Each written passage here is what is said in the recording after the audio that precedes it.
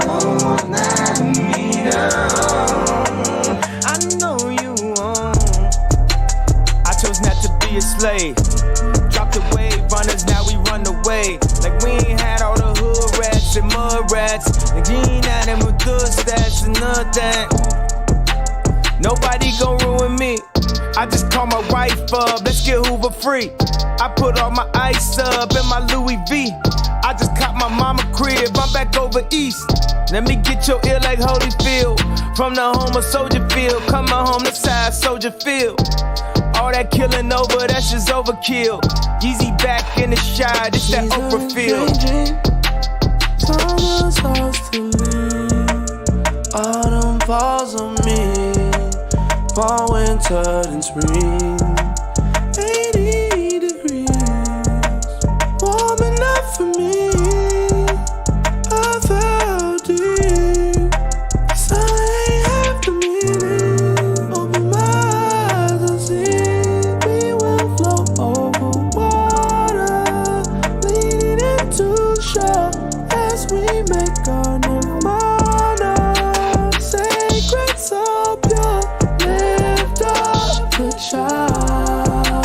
I know we will.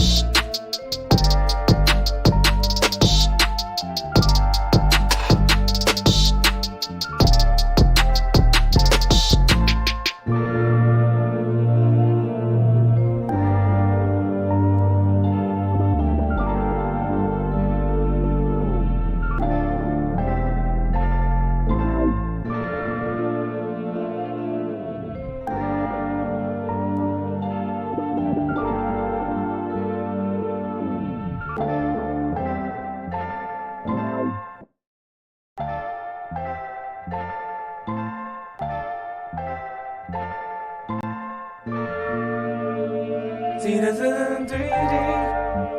Fall like star for me. Fall like star for me. Those and those on me. 80 degrees. All that day, I get free. I didn't know me. And I run out to see. I can walk on the wall.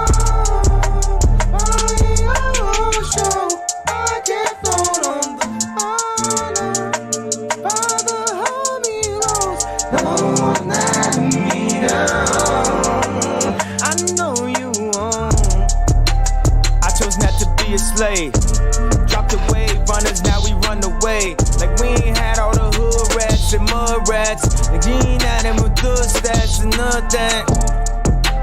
Nobody gon' ruin me. I just call my wife up, let's get Hoover free. I put all my ice up in my Louis V. I just caught my mama crib, I'm back over east. Let me get your ear like Holyfield. From the home of Soldier Field, coming home to side Soldier Field. All that killing over, that's just overkill. Yeezy back in the shot, it's that Oprah feel. Summer's supposed to leave. Autumn falls on me. Fall, winter, and spring. 80 degrees, warm enough for me. I fell deep, so I ain't have to meaning. Open my eyes and see we will float over water, leaning into shore as we make our nirvana. Sacred, so pure. Lift up the child.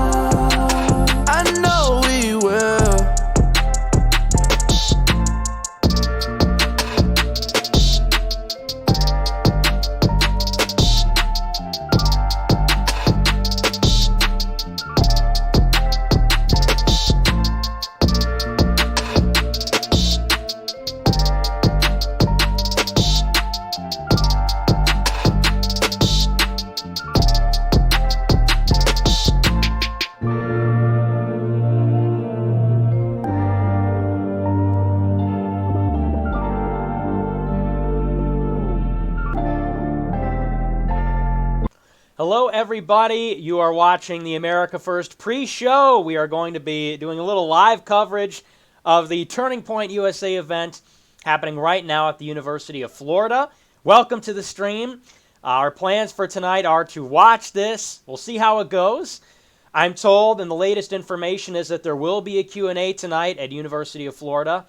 The event will feature Charlie Kirk and Rant Nation, our old pal Rant Nation, from Blaze TV. I think that the event will probably go something like maybe 30 to 45 minutes, and then a Q&A. We'll be covering this until it finishes, and then we'll be transferring over to YouTube, and I'll be doing America First Live. But for now, we're watching. It looks like, and I'll put on the volume at a very low level so you can kind of hear what's going on.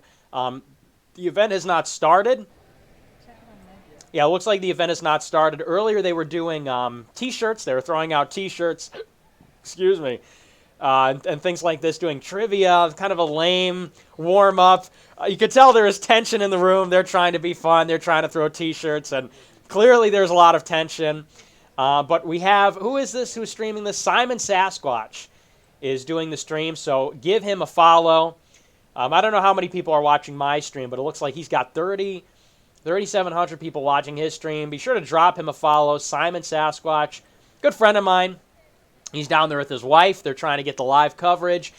Once they start the official stream, I think we'll switch over to that. If there's an official stream from Turning Point USA on YouTube, we'll probably switch over to that so we have better video and audio quality. But for now, we've got a picture of what's happening on the ground here. And I'm told by Vince James, better known as the Red Elephants, that the program for tonight is that they will have 2 lines for the Q&A. I have it right here on my phone. I'll read it to you. This is the latest. This is from Vince James. He says, quote, reportedly there will be 2 lines for the Charlie Kirk Q&A, 1 line for left-wing people and 1 line for, quote, alt-right people. This is according to a Turning Point USA employee who is at the event right now. And, of course, we want you to get in the left-wing line. If you are there, if you are going to ask a question, we want you to get into the left-wing line because clearly I don't think they'll be taking questions from the other line. So just a little tip. That's the latest intel. Although I don't know. This is all basically unconfirmed. This is from Vince. I'm sure it's probably true, more or less. But we don't really know. I don't know if they'll go through with the Q&A. I don't know if they'll do the 2-line program. That is what they tried at ASU on Friday with Dan Crenshaw, was they split it up into a line for left-wing questioners and a line for right-wing people. Hold up. We got some more T-shirts. Get on your feet, get loud. More T-shirts. Yeah. Yes, we got a T-pose. We got a T-pose up. Nice. Chad T-poser. Apologies for the sniffling. My allergies are acting up.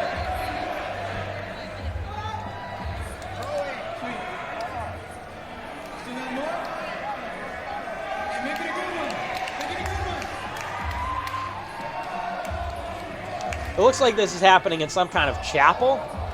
Does that look right to you? It looks something like, or maybe not. But I see, what is this, an organ up here? To me, I don't know. It could just be an auditorium.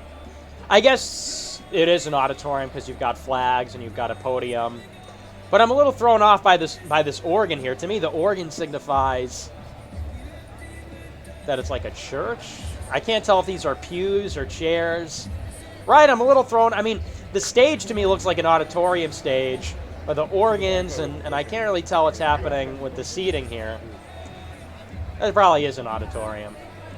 But I saw these and I was thinking, is this like happening in some kind of chapel? That'd be pretty sacrilegious. I think we've got a yarmulke over here. We've got a Mossad agent right here. The event should have started by now. They said it was opening at 7 p.m. Eastern time. Maybe that's when doors are supposed to open. Let's take a look at the Turning Point Twitter account. We'll see if we have an official stream yet. Okay, looks like we still don't have an official stream. Ugh. I just had a big dinner. I just had a bunch of chicken parm and pasta. So I'm feeling a little bloated, feeling a little bloat maxed. And somebody says Nick is actually early. Yeah, that's a first for me. Okay, can we get a battery check? You're good. You're Let's about see. 70, I think. Somebody's saying Richard Spencer is there. I don't think that's I true. don't know how long the event's going to be, so we may close down the stream temporarily before Kirk comes on. Just to say I haven't heard of this.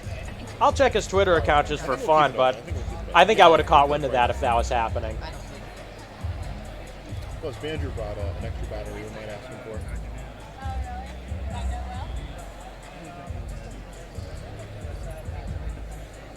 Yeah, I don't think there's any indication. I'm looking at his account now. I don't think that's going to happen. He's been counter-signaling the Groiper thing all week, so I don't believe he'd participate in this. There is a plant for the Q&A. Yeah, I saw somebody with a Murdoch t-shirt on. We do have to be wary of plants, you know. This might be our first Turning Point Q&A since OSU, which was almost... Oh, no, it's exactly... OSU is exactly 2 weeks ago. So this is our first Q&A in 2 weeks. So we are open once again to the threat of a plant, some kind of a Wignat-controlled opposition. Mossad could ask a Wignat question, but we'll have to see. It's out of our control now. We'll have to wait and see what happens, and we will respond accordingly. Somebody says something feels off. Please don't give us negative energy. We've been going strong for 4 weeks. We don't need any negativity. No anxiety. Confidence, positivity, love for God. That's what we need tonight. But I'd like for them to get started. Probably they'll start at like 6:30. That's in like 3 minutes. Yeah, don't jinx it. Please don't jinx it. No negativity. They will reveal themselves. Remember, God is on our side.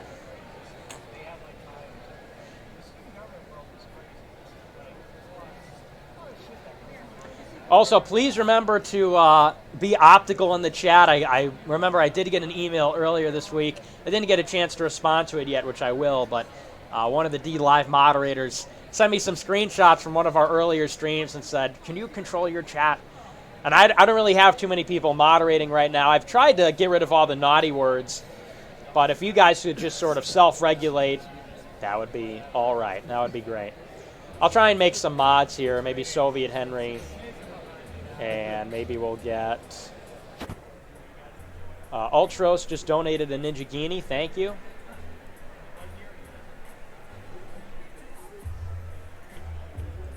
Doesn't look like Nick's live right now. I'm here trying to find this stream. Okay, yeah. See, that's exactly the kind of thing I'm talking about.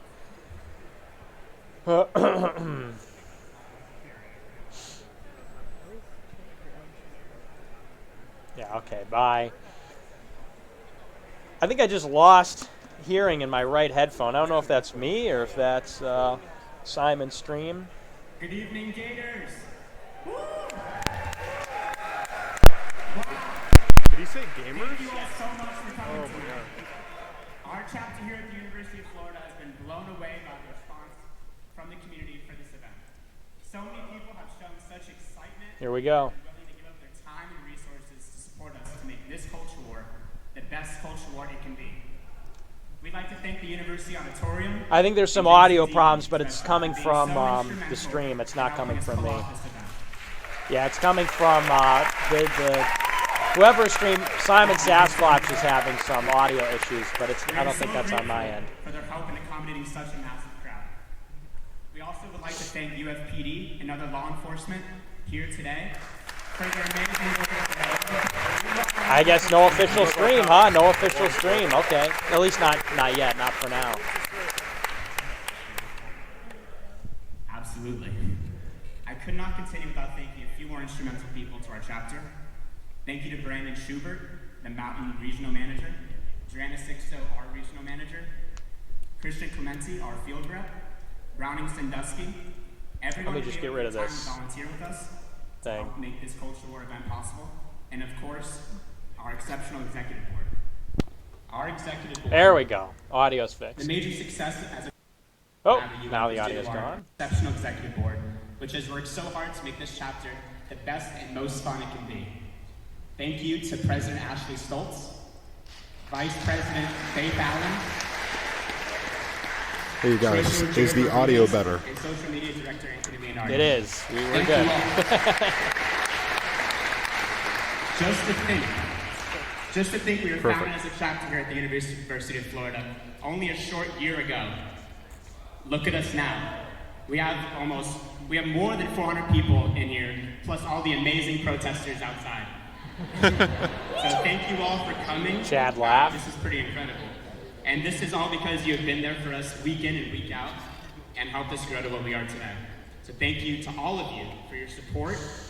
And especially I'd like to thank Turning Point USA for supporting our chapter, giving us the resources, tools, and training possible to make an event of this size. If you'd like to get involved with us at our chapter here at UF, you can add us on social media. On Facebook, it's Turning Point USA at UF. And on Instagram, Turning Point UF with no spaces. With that, thank you all for joining us, and we're going to start in a minute.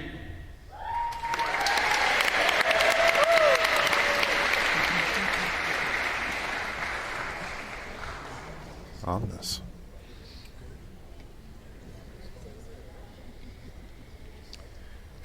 There are no lights on in the... Oh. USA's proudly hosted 2019 event, Culture War. On stage tonight, Charlie Kirk.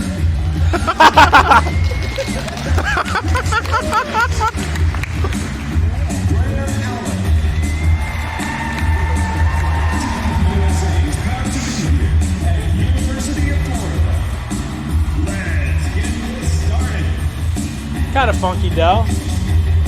Now welcoming to the stage, Charlie Kirk. Boo! Boo!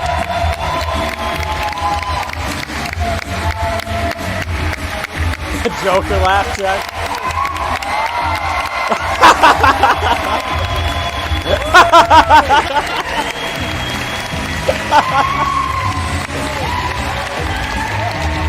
Here we go, folks.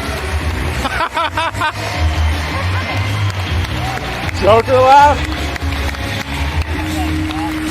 Thank you. There we go, works. Sorry for the AV issues, guys. Great to be here at Oh, University AV of Florida in the issues? swamp. So They're not even streaming it. There's no stream. I can't pick favorites. You know, we have Turning Point USA chapters all across the country. Let me check his Twitter. But I have to say, this might be one of my favorites, if not my favorite school in this great state. So He said apologies for the AV issues. That means there's no. I grew That up means in there's no Illinois, stream. And I'm sure many of you are in Illinois. It's a Because good I'm place not to be seeing from. one. Not a good place to be at, right? I'll check their So, YouTube channel. The fun thing about Illinois, similar to Florida, but a little bit different. We have term limits in Illinois, but it's different. Where instead of regular term limits, it's 1 term in office, 1 term in jail. So Kind of racist. Illinois is a disaster. It's a great example of how you screw up a prosperous, should be productive. Yeah, there's no state. official Really, stream. Really bad ideas. Illinois loses a taxpayer every 9 minutes to give you an idea of how screwed up Illinois is. And so because of that, earlier this year I became a Florida resident. So this is technically not really... Yeah, I see your message, memes. I see it. 0% income tax, a lot better weather, I have to say. A lot better weather, that's for sure. But it's great to be here. Not true, I was here by the way. earlier when Donald Trump Jr. and Kimberly Guilfoyle came to this great institution. It was really amazing. I didn't know if I was pretty upset at the time because of how many interruptions there were. But I don't know if I was supposed to be interrupted. I was impressed. Boo! Really upset. There was a woman who screamed the entire time for 45 minutes. Like, ah, for 45. I don't know how that was even possible. I mean, I was like, I want to learn from you how you were able to scream for the entire speech of Donald Trump Jr.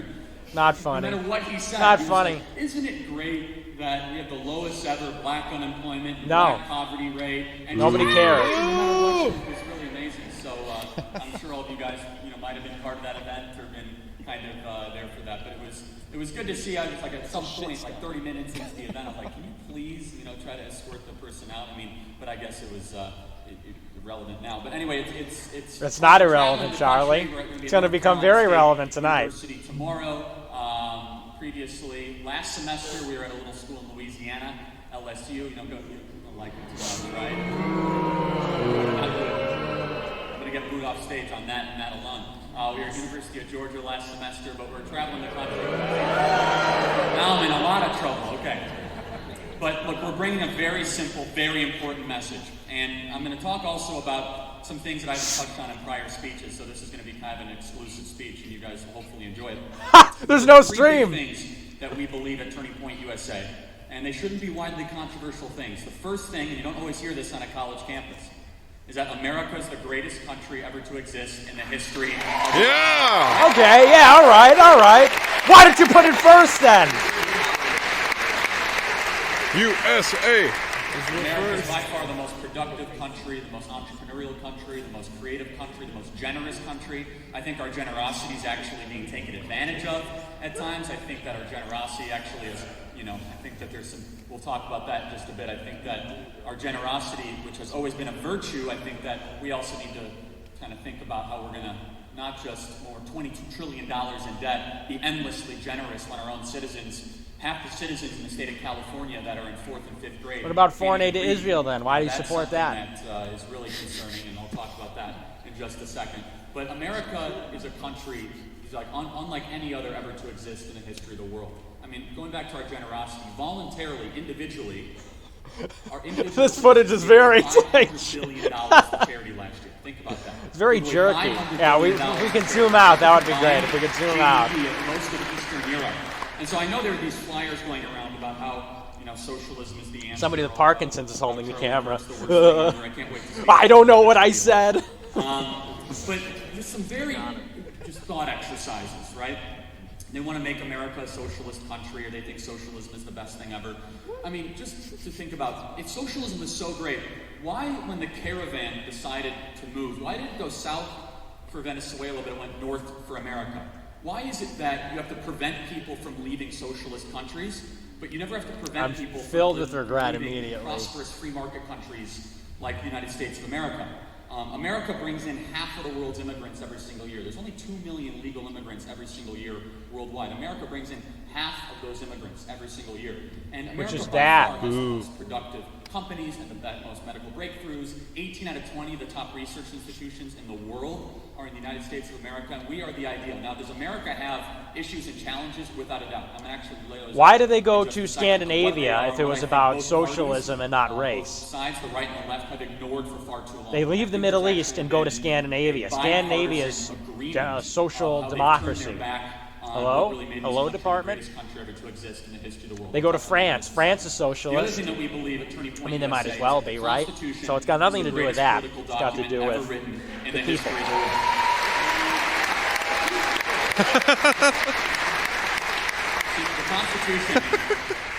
The Constitution recognizes that our rights come from God, not from government.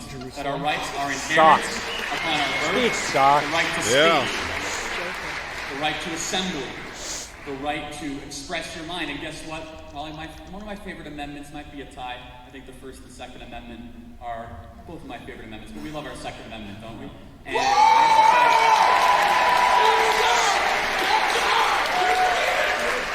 there will be no First Amendment without the Second Amendment. The Second Amendment was not put in place so that we can hunt deer. I like hunting deer. I think it's fine. This speech is terrible. But there has been a pattern in Western democracies that all of a sudden go tyrannical. People that are able to defend their freedom, defend their liberty against tyranny, is something that the Founding Fathers put specifically in the Federalist Papers. That freedom must be able to be preserved by a free and virtuous people, and the capacity for citizens to defend themselves, not just against crime in their local communities. And by the way, I always find it interesting, especially on college campuses, some of the biggest advocates against private gun ownership are the feminist groups. And I say, you guys should be the most pro-Second Amendment group, because that is the great equalizer. If college campuses were as dangerous as they say they are, wouldn't it make sense that you would want to be able to correctly and legally own the firearms that would make you be able to protect yourself on a college campus? And the Constitution is so brilliant because it was admitting that we were not going to create utopia. See, the Constitution was not saying we're going to try to create perfection. In fact, it was the opposite. It talked about negative rights. It was saying that we are going to protect government from infringing upon your rights that are natural upon your birth and your creation. And this is so fundamentally important because for 1,000 years or 2,000 years, any kind of experiment in government was either a tyrannical king or queen that would allow no freedom or liberty for the people underneath them, or people would try to create some form of utopia, like the French Revolution tried to create in 1792, where they tried Robespierre, they took over the French government, and they said, now we're going to try to create a perfect people, and people are not inherently flawed, and we're going to perfect individuals. And the Founding Fathers said, you know what, we're going to just create something that is good enough. We're going to create something that will never be perfect, but it will be good, and will only be good if the people within the country are good. And this is such an important point, because our country has been the most successful, most incredible country in the history of the world, also because of where these ideas stemmed from. And this is one of the great lies of the left. They just think these ideas came out of thin air and the Founding Fathers drew no inspiration. I'm tweeting about the situation. Articulated in the United States Constitution, there was some influence from the Enlightenment and from the Greek thinkers, but these are ideas that were first and foremost defended in our Judeo-Christian tradition as a country. The idea of free speech, the ideas of citizen government. Nice, yes. Freedom of religion. Conversation about that. Booing the Judeo-Christian fabric is interesting, but you have a right to do that. So, just Christian. Well, don't worry. We'll have a conversation about it. The Judeo-Christian history. There it is again. There it is. Stop saying that! Yes! Yes! About it. Thank you for being here. I appreciate it.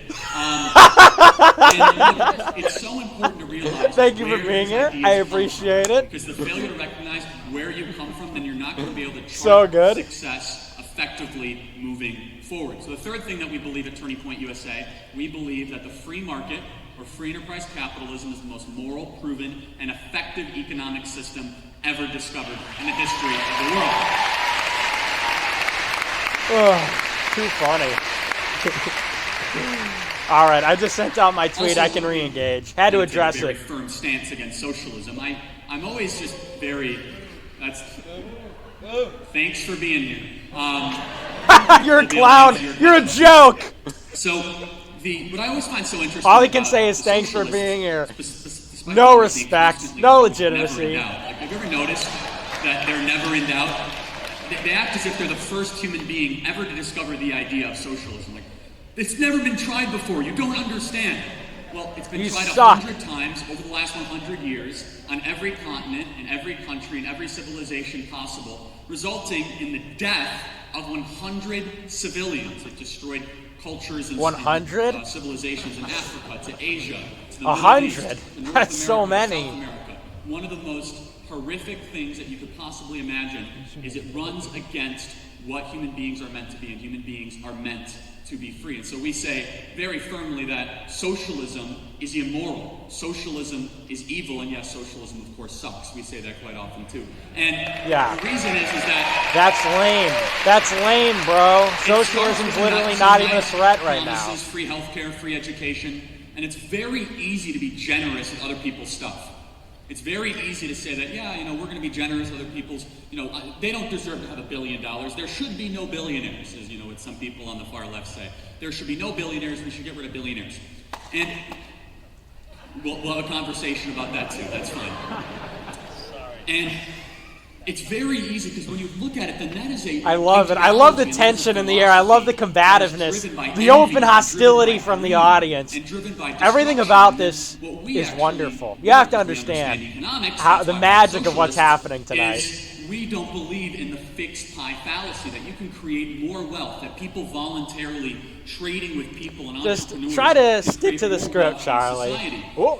Voice crack moment. If you're going to get into a competition of who can give out the most stuff, that's the Judeo-Christian thing was so epic. What that will eventually result in is really bad people assuming power. And I always love having these conversations with socialists. I can't wait to have them later tonight, where they'll say, I don't trust the government. The government is bought and paid for by the corporations and by the rich, the few, and the well-connected, and they're just so horrible, and the government is just the worst. By the way, I want the government to run our healthcare system and take away all of our guns. I'm like, did we not just go on for the last 2 minutes crack about moment how they're saying in chat. horrible and corrupt our government Zoomer is? moment. Which segues to kind of the main drive. there's some very specific driving forces in America that I haven't touched on recently, but I want to touch on. There's 5 or 6 of them that are creating a lot of understandable anxiety, and I think both traditional conservatives and liberals have ignored these over the last 30 or 40 years. Traditional conservatives. Number 1, the failure to end the endless wars in the Middle East. I think both sides have participated in failed foreign policy overseas. I've written time and time again, thank you very much. Okay, base. That it is time to end the Afghan war and bring our troops home.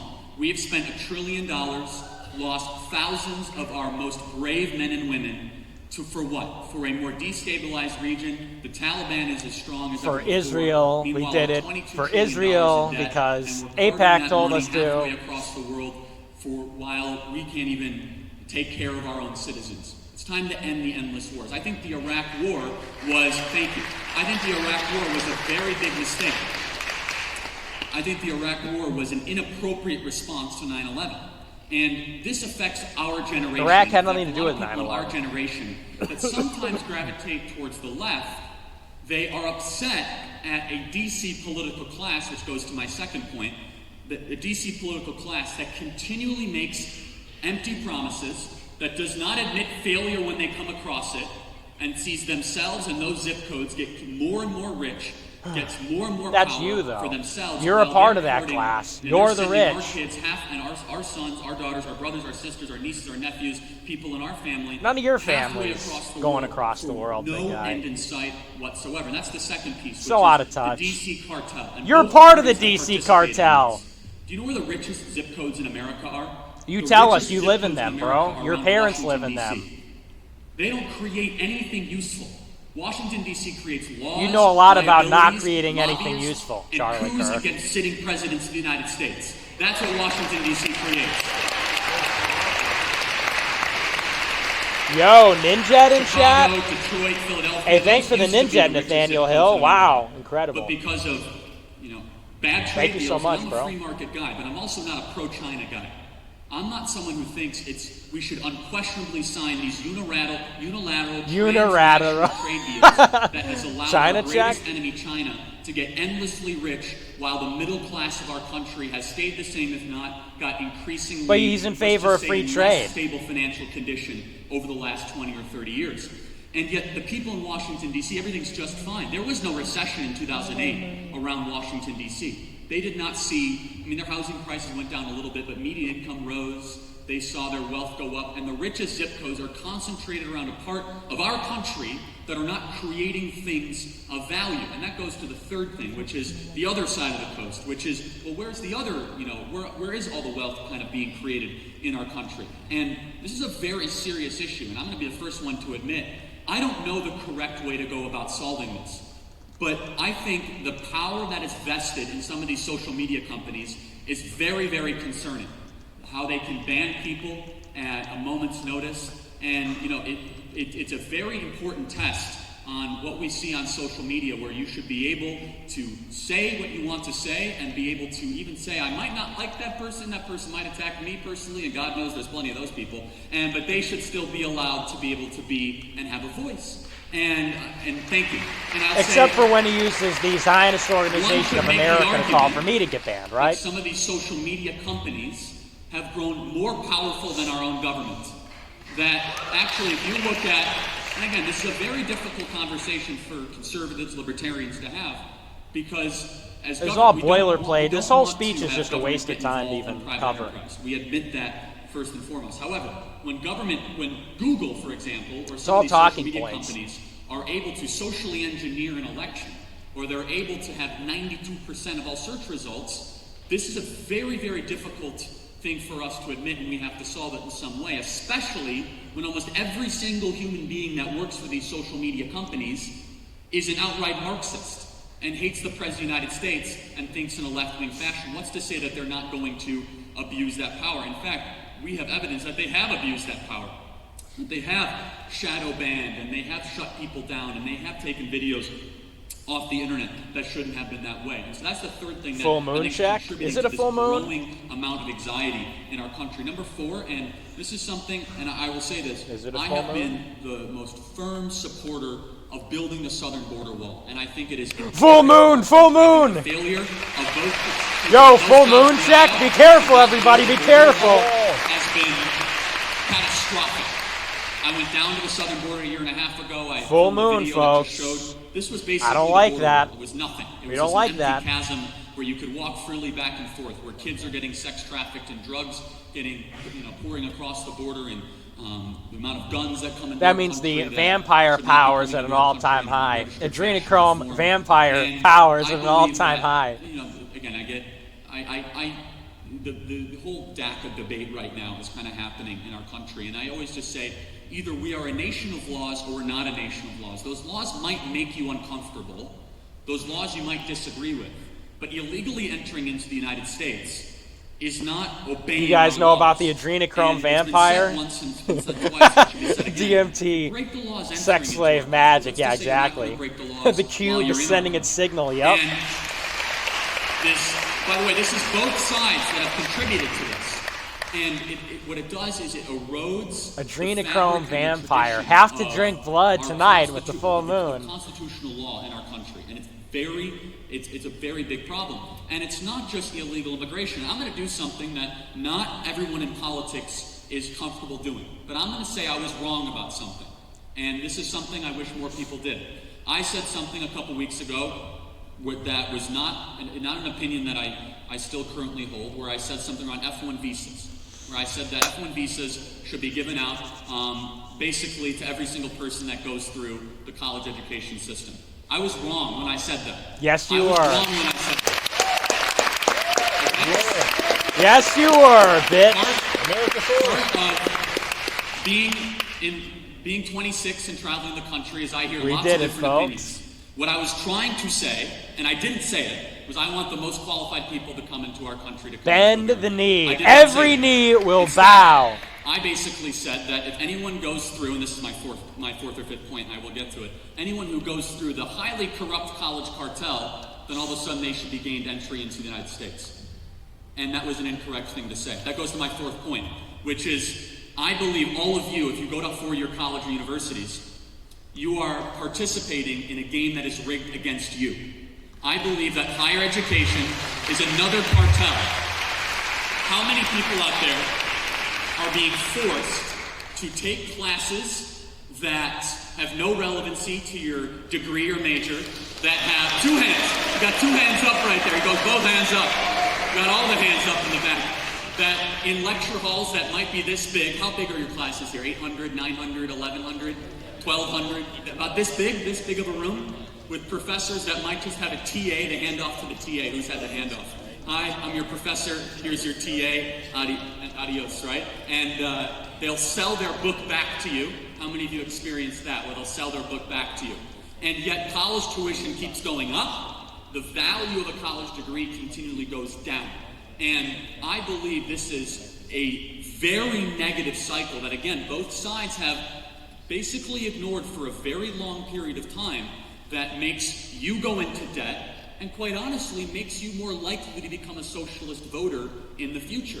Think about it. If you're piling up tens of thousands of dollars in student loan debt, when you are getting into debt in a way that you never thought possible. In fact, there was a study that showed that something along the lines of like 50% or might have been 40% of students don't even know the specific number of how far into debt that they are. It's an absolute stunning study. And by the way, I'm not against people going to college for a very specific reason, but I believe we have too many people entering four-year college. We need more people taking gap years, more people becoming entrepreneurs, carpenters, plumbers, electricians, welders, our great military, our veterans, right? Police officers, first responders, firefighters. Boilerplate talking points. points. Trades, and guess what? The national graduation rate is 59%. That means 41% of people that enter college will not graduate college. I'm sure all of you know 1, 2, 5, or 15 people that started college with you, and they're not there anymore. They dropped out. It just wasn't for them. And guess what? This negatively harms minority communities as well, the black community in particular. So the black community, if you look at it, a lot of individuals in the black community are told by high school counselors, hey, you got to go to four-year college immediately. And unfortunately, because of the socioeconomic status on average that they are at, they take on huge levels of student loan debt. And if they drop out, they come back to they go back to their communities, and they're actually in a worse off financial condition than when they actually went to college in the first place. And even if they graduate with a degree sometimes that, and let's just be honest, some of these degrees have some of them are just fine, but I think there has to be a whole conversation of, is that the only place that you could possibly study these particular things? To actually, I look at the degrees out there and I say, boy, the national, unemployment rate in psychology, which is fine, nothing against studying psychology or history. I'd say if you're going to get into debt, I don't know if that's the best place to actually go into debt. I think college should be about career preparation, not ideological or life exploration. I think that college, if you guys were put first, maybe 3-year college was entertained, or if we had some form or fashion of more appreciation for AP credit or online learning, then all of a sudden there would be some pushback where there's a consumer base, you guys, the students, to be able to push back against this college cartel that has done so much damage to our country and damage to you guys and your generation.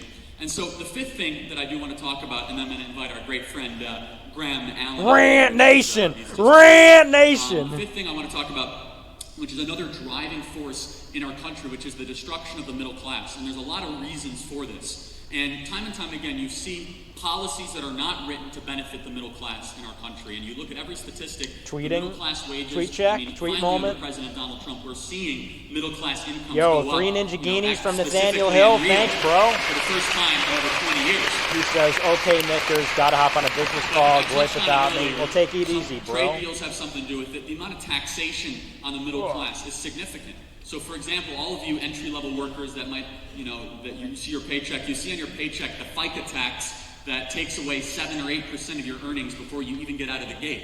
That's a tax on work.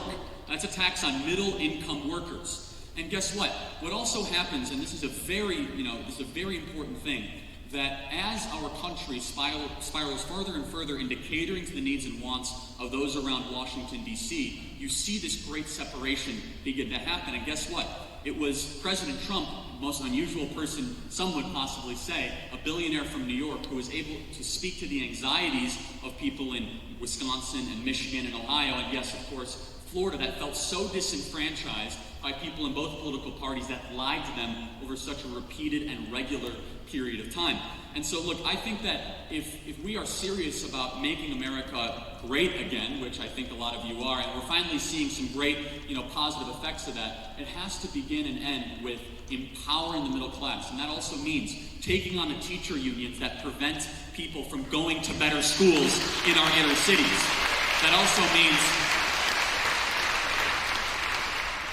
and it goes back, you look at all those things that I mentioned earlier, they contribute to the decline and, in a lot of ways, the stagnation of the American middle class, which is something that conservatives do not talk about enough. Conservatives do not talk about the value and the need of the American middle class. And so, thank you. Now, we will get to questions, I promise, but I want to introduce my great friend. He's a United States veteran. We love our veterans. Any veterans here, please stand. So apparently they are doing the Q&A. Thank you for your service. Thank you for your service. We're going to get our Q&A. Thank you for your service.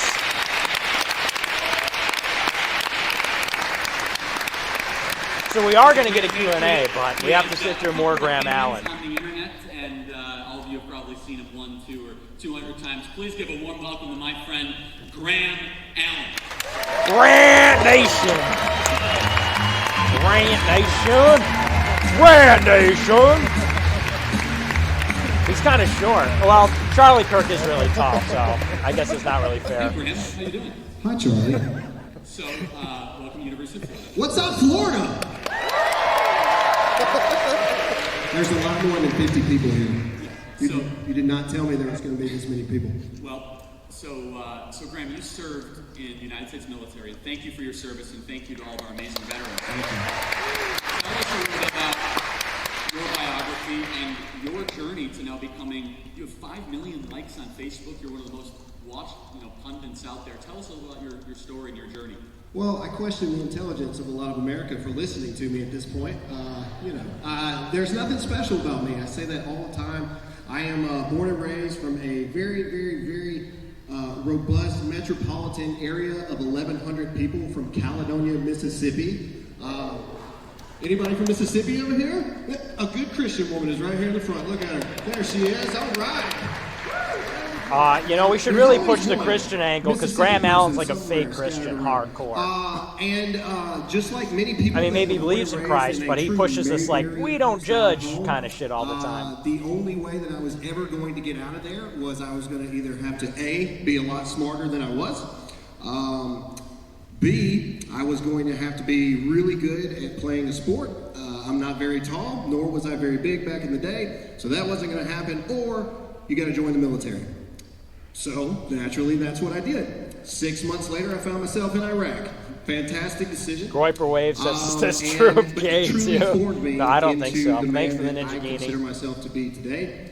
I look back at that time as the cool thing about the military is it not only shows you who you're not, it shows you what you can be, which is really amazing. Wow. And we That's don't give deep, enough credit to the men and women that did so much more than I did in the service, but it is truly an amazing thing. And I encourage anyone that has any inclination whatsoever to serve, please do, Yeah, because boy. it changes your worldview and your perspective so much. So Graham, so then you started to make some viral videos. In your Boring. Yep. Boring. So, my last duty Boring assignment check. was a recruiter. I'm bored. Anybody ever talked to a recruiter before? Yeah. Where's all the Joker laughing? Where's the booing? Most of you? Groiper Okay, needed. that was the normal reaction. They need a little bit more and rowdy. The recruiting battalion thought it would be a good idea for us to relate to the younger people. that we were Zoomer had talking kinda to funny, though. And create social media accounts. So there you go. I created a social media account. I wish I could say Smacks that I had lips. this amazing Smack just lips idea, check. and I woke up from a coma and I knew what I was going to do, but that's not it. In fact, an old I got a woman bigger ran me knife off the tonight. road, Anybody- And that led to my very first video about people that I have don't this know one how in to my drive. drawer. We've got a bigger And knife so, tonight. It all kind of started off as a little bit of. But we goof. oppose violence. We And, oppose so violence. I This is started only a making some self-defense videos, knife. More. But they do They call me grew, Nick the grew, Knife. grew, Ben Shapiro and they were pretended all like just a I was joke at threatening first. him There with was the knife. really I'm not nothing threatening with real anybody. substance. I It just was all supposed to be fun and games. have this And then in the drawer. a certain That's all. particular person kneeled for the national anthem one day. And that's when I made my very Ben first Shapiro was video like, about I'm not something going to that debate him. He was truly waving around a mattered to knife me. while It counter-signaling wasn't a me. question whether He didn't or say not that counter-signaling, person but had the something right like to that. do it, or if they didn't. To Machete me, check. I just Ah! believe that just because you have the right to do Not something in a doesn't threatening mean way. that Not a it's the threatening way. right Just thing in a to do. fun, playful way. And so I made a video about how I felt about it. Vented with a Ninja Genie. Thank you so And much. that was when this whole Blue America thing started. And then the rest is kind of history. He's also Bro, a optics. quarterback, too. If we're on Yeah. He was not Playful starting. knife. That is Playful for sure. sword. Look at me It's a sword. So Graham, you've now 5 million, 6 million followers, and you comment on everything. What have been some of your most successful videos and things that you've taken kind of culture stances on? Pretty much anything to do with our great president normally takes off. That's right. Yeah, we can give a round of applause for that. But anything related to one thing that I have found, and I definitely deal a little bit more, I like to say the cultural side of things. One of my biggest videos today was about my tattoos and about people that, judge people by how they look. And This guy's so I think simple. we had 1.8 million shares, 130 million views on that video alone. Don't judge a book by and its we gained cover. 1 million followers from that. Oh, because yeah, I what got realized tattoos. and what we've created with the Dear America Yeah, I'm a brand little rough around the is, edges. For some reason, we seem to be tapping into something. Don't that judge a lot me. Of people seem Don't to judge feel, me. And a lot of people seem to think, but for I'm whatever from reason, Mississippi. they feel like they can't express it. Mississippi. Whether it be where you go to school, or whether it be where you work, or even a relationship. Ah. There's a lot of spouses today and family members that disagree on things to the point in this toxic climate that we find ourselves in that they feel like they can't say what they really believe. And that's where the whole disagree for you. Imagine that. and that's really what toxic climate that we find ourselves in, that they feel like they can't say what they really believe. That was majestic. Imagine that. Oh, wait. DACA is back in the news. Whoops. Said that Double English audio is the check. official language of the United States. There was a study that showed that 60 That was my bad. Double audio check. 60 million plus people now don't speak English as a first language, and we have to end chain migration, end the visa lottery. And the president has rightly said, why don't we adopt Something floating around in my water. Gross. Gross. And he's tried to go after now from a constitutional perspective. Cascadian says the military wants me to die for Israel. Can't wait to get out. Shit is just as gay as you think. What's your opinion on kind of the flow Yep. of illegals coming Thanks into for the our Ninja country, Genie. your stance on that, and kind of Thank some you of for the commentary coming. you've done on that Thanks so much for being here. Thank you for coming. For me, when it comes to immigration, and we've actually talked about this before, I take a more very basic approach, a military-esque style approach, and it's very much like this. If you don't have control of the military area in which you operate, then you don't have control. If we don't know who's coming in, who's coming out of our country, we don't have control over our country. Period. We just don't. I don't think that any sane American is anti-legal immigration into our country. Yes, we are! Citizens we have are immigrants, and I think it's an amazing thing. Yes! Boo! Yeah! Shrug it off! We do oppose legal immigration. Things that's what makes America great, is that it is this idea that over 300 Chief Bulging says you get what you deserve, Never Trumpers. Hell yeah, you do. Genders, political That was great. Great tactical boo. Perfect. Perfectly executed. And that is, we are all Americans, and I think that that's a great thing. Yeah, gay.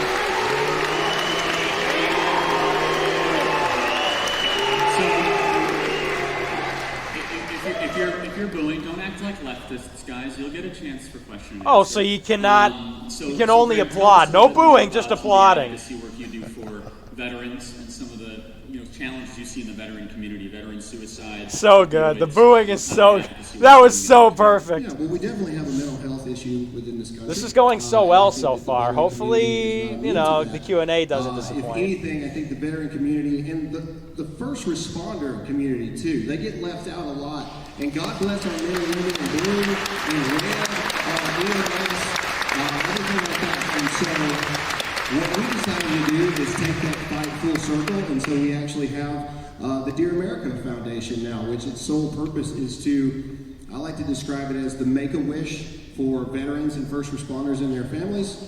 We identify needs, whether that be someone is injured on the job and they can't pay bills, or you find people that are struggling with depression that need help, or police need new cruisers, or firefighters need new turnout gear. So the Dear America Foundation goes in there and we try to alleviate some of that stress that these amazing men and women have to deal with every single day. So Graham, would you say the president has made some real strides and some victories for the veteran community? Oh, absolutely. I haven't seen this pro-military of a president in a very long time. It's really nice. Now, granted, I only served under President Trump for a little less than a year because it was about time for me to get out, right about the time he was elected. But even in that very short period of time, there was a total atmosphere within the veteran community because we knew is there for us. And double sneeze check. If I get a third one, I get to make a wish. A president believes in our law enforcement as well. Again, our come on, give me the third. I don't think I'm going to get a third one. Credit. They really don't. No wish. Don't get to make a wish. You can clap for that. Yeah. It's one thing to have a commander-in-chief.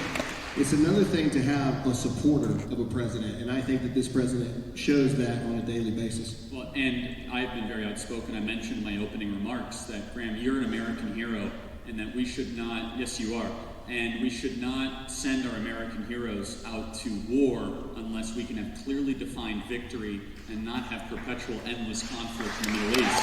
And True.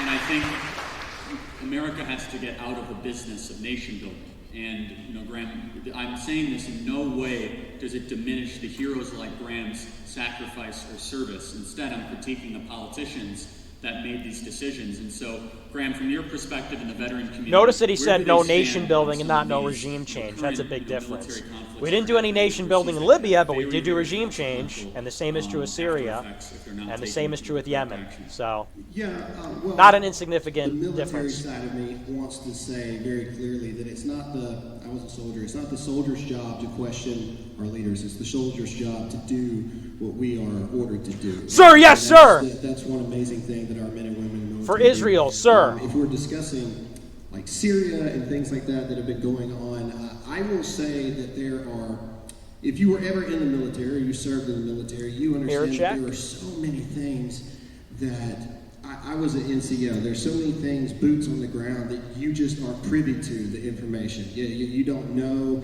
the intelligence that go behind things. You don't understand the decision-making process. But what I will say is, I'm hopeful that our men and women that are in charge of our military have weighed the options versus an endless war, as opposed to pulling out and possibly a new rise come up and we have to go back. And I believe that our president and our leaders have our men and women's best interests in mind.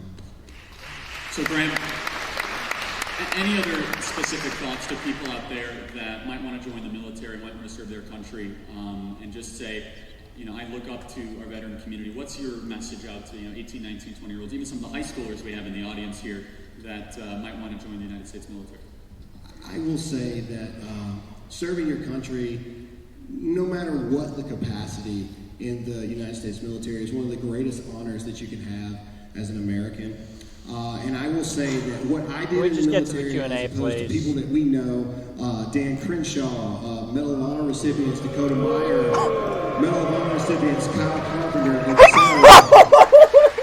there you go, yeah.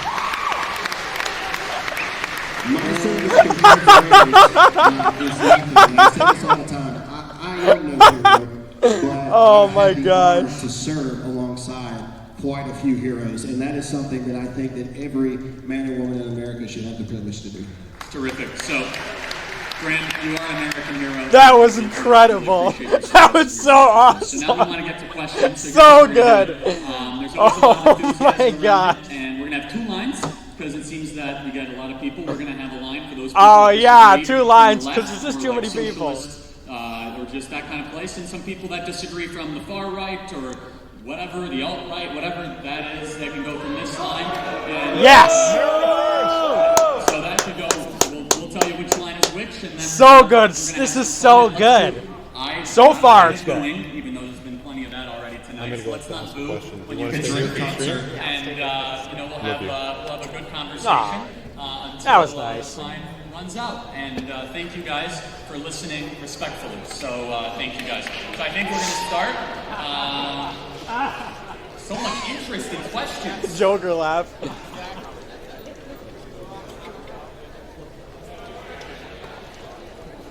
All right, we're going to start here. I think this is the leftist line. Half the room goes up for questions, so. We'll start right here. Hold on, let's turn on your mic first. Hi, I'm an engineering student here, and it puzzles me that an organization that claims to be in my best interest in America First, pushing and advocating for bringing in the best and the brightest, which translates into hordes of legal STEM workers. Anyone who understands supply and demand will know that if you increase the number of STEM workers in an area, it creates havoc on the wages and employment of STEM workers already in that area. So why should I, Charlie Kirk, and other STEM students in the room, continue to get excited for conservative movements that would replace us at the workplace before we even get there? In other words, what can your brand of conservatism do for American graduates besides directions to the unemployment line? Incredible, incredible. Groiper, #1, first in line. Can I ask you a question? This is a follow-up. So, do you think that there will be some immigrants coming to America in the next year? Should be no immigrants coming in. Yes! Yes! Yes! So, but do you think realistically, do you think there will be some immigrants in the next year? Of course, because of people like you. Oh! I did say that I support the RAISE Act. Do you agree with the RAISE Act? What's that? Explain it to me. What the President of the United States supports for immigration. Nice. So are you a Trump supporter? Of course I am. Okay, so you support the President's immigration plan, so agree on that. You want to end birthright citizenship. I don't support his immigration plan. Okay, well, I do. So I'm going to tell you what I believe. Ending birthright citizenship, ending the visa lottery, making English the official language of the United States, building the southern border wall so that we can once and finally secure our country from people illegally entering into the United States. I clarified earlier that I said something a couple weeks ago that I should not have said, and guess what? Stapling green cards to the back of foreign border students' diplomas. Right. You said F1 was what you clarified. What you really said was you wanted to staple green cards to the back of that is foreign an F1. That's an F1 visa. So, but let me green card specific. Let me ask you a question though. Since you admit that there will be a immigrant or some immigrants coming to America in the next year, do you want those immigrants to be qualified or unqualified? As I said, I don't Answer want the question, because I'm answering yours. Answer the question. Well, obviously qualified. Okay, qualified. You and I agree. We want qualified people to come to America. Verbal So we trickery. agree that immigrants- Oh, wow! He is loudly booed. Yes! Yes! That's the first question. This is why they didn't stream it. I'm a criminology student here, hoping to either go into law enforcement or law school. I had a question about federal Pell Grants. I was wondering if you think that the federal government should give money to students based strictly on their economic needs, or do you think it should be merit-based, or do you think no money should be given out from the federal government to pay for cringe undergrad? femoid. So it's a great question. Thank you. So in general, I call this the game of loans. So the federal government's involvement in higher education has directly been correlated with the rise of tuition. So the more federal Pell Grants, the more subsidizing of a bad product, you're going to get more of that bad product, and that price is not going to get lowered over time. And so if you look at from a college perspective, you look at University of Florida, why would the University of Florida cut costs? Why would they? They have a record number of people that want to come to this school. They have some people paying in total full thanks to the federal government's assistance. What really needs to happen is an analysis, and people say, well, Charlie, we should make college tuition free. Well, hold on. First of all, nothing is ever free. Let's just go very basic economics. Somebody's going to pay for it at some point of consumption. You're going to print the money, you're going to borrow the money, you're going to tax the money. So this idea that things can be free or free of cost in any way whatsoever is just not The second true question at all. is complete ass, but whatever. What will that do? If you think college is expensive now, just wait until it's free. Yeah. Now, Shut up. Wait until it's free. You look at when the federal government Mossad begins hanging to out take over over here. certain industries. So look at Graham Allen. Graham Allen and our amazing veteran He's stalling. He's community, trying to buy they deserve time. incredible health care. They deserve great health care. And the Veterans Administration fails them. So they were promised free health care, taxpayer-funded health care. But when the government got involved in the VA, what you have is waiting lines. You have tens of thousands of vets waiting for care, and they die for care, waiting for it. You have low-quality doctors and really, really high costs. What's needed in higher education is a cataclysmic disruption, and it has not happened in a long time. Students are actually treated as if they're more important than the administration that keeps on raising their own salaries and building more buildings with bigger class sizes, and students continually get that, and they're selling back their textbook to students that are already in this downward spiral of debt. And I think what needs to happen is before we pump more trillions of dollars that we don't have, by the way, into a failed system where only 59% of students that go through a higher education up, dude. Shut up. graduate. So 41% Shut up. We want another question. will not graduate, and they will leave with debt. That is a disservice to our students, and that's even with pumping in the federal Pell Grants and pumping in this tuition assistance. Instead, there has to be a real analysis of what is the quality of education, should we keep on sending our kids to education, and how we do that at all whatsoever. So thank you so much for your question. Thanks for being here. Hey. Is this on? Yeah. You're a Bernie supporter. Yeah, I think I'm going to have... Thanks for being here. I think I'm going to have some disagreements with you, Charlie. I want to say, first of all, thank you for being a free speech absolutist who said constantly that you will engage anyone on anything, and I really hope that you won't interrupt and listen to the whole question over here. I promise to take I'll let you ask a question, not give a speech. Yeah, right. So, Undercover Groiper? I'm a proud American Jew. And I want to say thank you everyone for loving Israel. And I want to say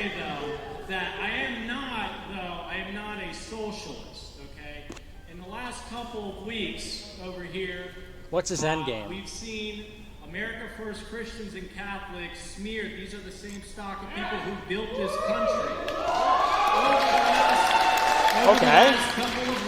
Over the last couple of weeks, conservatives like yourself and other conservative gatekeepers have smeared them as racist, homophobic, and anti-Semitic. This cannot be further from the truth, and these are leftist dog whistle tactics. Yes! And your organization push for the LGBT agenda, and you push for mass immigration. Now, I want to acknowledge, I appreciate you coming back and taking that back about the stapling green cards to diplomas. This is so good. This is so good. Michelle Malkin addresses, but you did not address. So what's the question? You did not address the EB5 visas, which you called for unlimited. So the question is, given all this, why should we trust you to be a leader in the conservative movement over someone who values America first, like Nicholas J. pointed out? Yes! Yes! Yes! Yes! Yes! Yes! Hit the T-pose! Yes! Thank you for being here.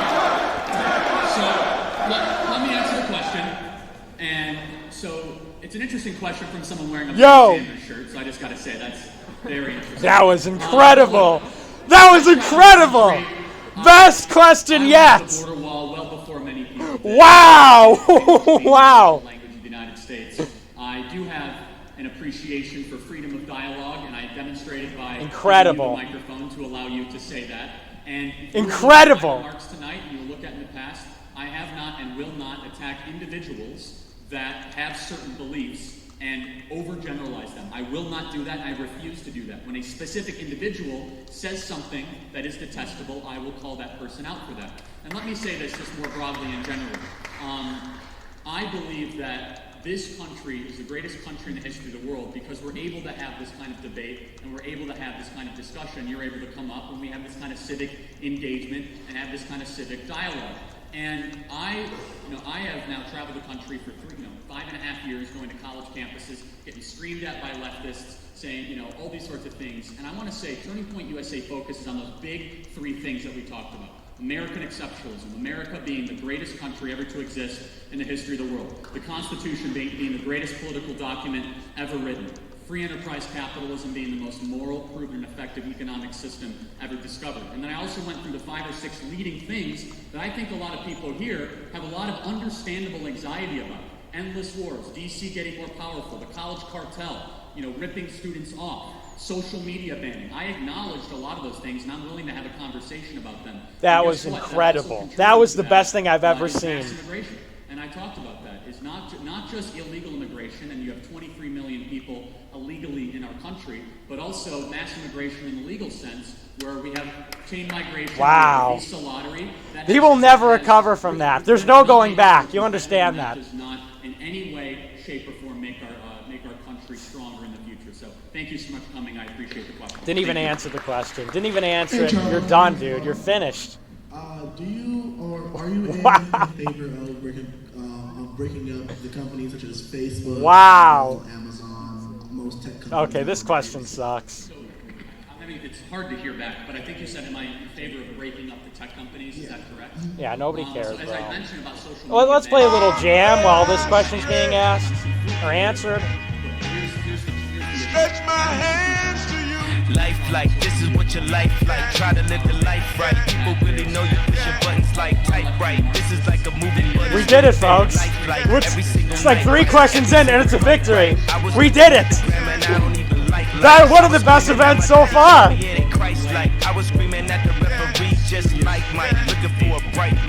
it. Hit or miss. I guess they never miss, huh?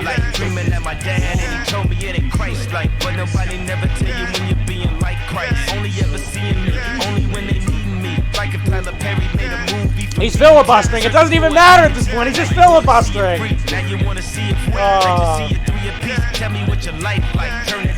Praise God. Jesus is king. Jesus is king, and America is first. I'm just really trying not to really do the fool way. I don't have a cool way.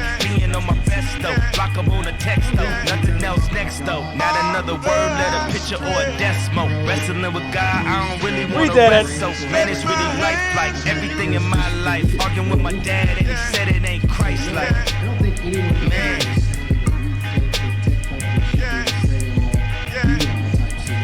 You know, it's like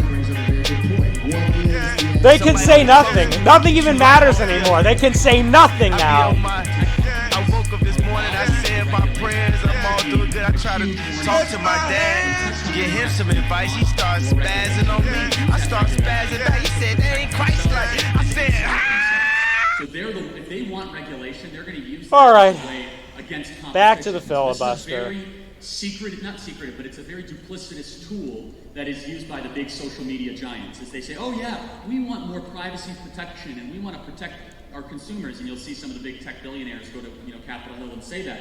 And everyone in this room should be very skeptical because they want to use government power to then prevent the next Facebook from coming up. And they want to prevent government power from preventing the next Google from rising up because they can actually comply with the government regulation because they are able, $100 million in legal fees, $100 million in regulatory costs, $100 million, it's not a lot of money for a publicly traded company.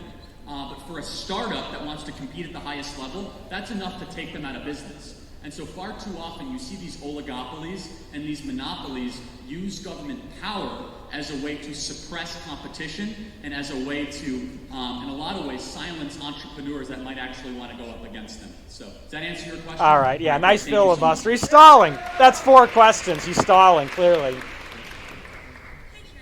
So I did have a prepared question for you, but I actually did notice something while I was in line, that volunteers were moving people around. They actually pushed me to the front of the line. So I can only assume the reason why they did that is because I don't fit the stereotype as someone who typically asks difficult questions. This is so good. It's perfect. It's perfect. My main question for you now is, are you censoring America First Patriots because you don't have a satisfactory answer? Or for your donors who don't want the questions asked at all? Yes! Yes! America First! Can I ask you a question? Is that okay? Were there not 2 questions already kind of along that vein? So that doesn't sound like censorship. Wow. Guys, heckling is a tactic of the left. Don't act. Oh, shut up. Shut the fuck up. We got you, bro. We got you. I'm allowing people to ask respectful questions, and if you have a question, wait in line. So good. This is so good. The question is, you're a proponent of free speech, correct? Right, so you have the microphone, so what would you like? Wow. Based femoid. When there are people behind me waiting. Wait. So I was behind there. There's 4 people in front of me. They pushed me to the front because I'm assuming because I'm a woman and I'm not the stereotype. Okay, that's incorrect, but thank you so much for being here. I appreciate it. Nice. She did a good job. She did a very good job. Hi, Charlie. Wow, dismissed. Wouldn't even answer. But you haven't answered the ideological consequences of immigration, particularly mass immigration. We know from Pew Research. Just question after question. He's dead. He's dead. Given that this is true, how can we, as conservatives, bring in thousands, if not millions, of immigrants and try to conserve American values? Very fair question. It's a very fair question. And even the New York Times and Washington Post wrote an op-ed in the last couple of days saying that mass immigration contributed to Virginia becoming very blue. So good. And it just never ends. The Groiper waves, they just keep coming. This is why there's a lot of reasons why I support the RAISE Act, why I support ending chain migration and ending... Are you listening yet? Because our current immigration policies are unsustainable. And I think it's beautiful. There has to be a very... Charlie Kirk says, "This isn't funny, you sick freak. Turning Point USA is on fire because of what you've done." I know. Isn't it beautiful? As cynical as you are, I will say this. I'm not going to disagree with the analysis of what you're saying, but I'm not as cynical because I don't believe that demographics are necessarily destiny. I believe that any individual can end up believing anything with a proper argument. For those of you that are doing it, For those of you that are booing, that's a very cynical worldview. I don't have that worldview.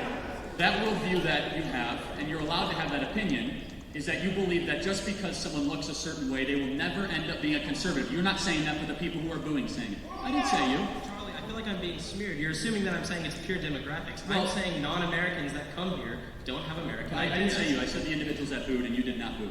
So, but I will say this, is that there was a proposition in California in the mid-1990s that heavily contributed to a lot of the disruption and a lot of the left-wing kind of swing in California in particular.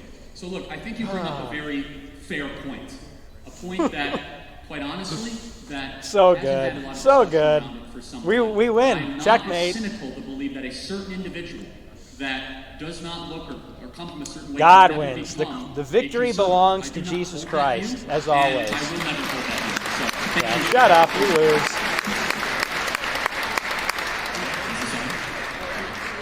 Hi, Charlie. Let me start off by saying that I don't think I agree with you 100% on everything, but nevertheless, I'm really glad you're here because I'm a strong proponent of free speech. I know you are too, and I think we can all agree that everyone has a right to speak, right? So, my question comes in response to some of the homophobia, transphobia, and just general queerphobia I've seen at conservative events. In particular, most recently during the Q&A section that you had at Ohio State. My question for you is, do you feel the need and obligation to appeal to and recruit from the LGBTQ plus community? And I have a follow-up, but I want to hear your response to that first. Sure. So thank you for being here. I appreciate it. I appreciate your Might be a comments on plan free speech. from So let me us. make Might be my views lying, very, right? very specific Undercover. and very clear. I said on Dave Rubin's podcast, who's a friend of mine, that I believe that marriage is between one man and one woman. I said that. I also believe that government should never have gone into the business of marriage at all whatsoever. Marriage should have been left to the church. Marriage should have been has Libertarian always take been from like 5 something years that ago. was within a religious context, a church or a synagogue, so on and so forth. As soon as that came within a government prism, if you will, then all of a sudden it became something that was never intended to be, which all of a sudden included tax benefits, all these other sorts of things. So let me begin with saying that.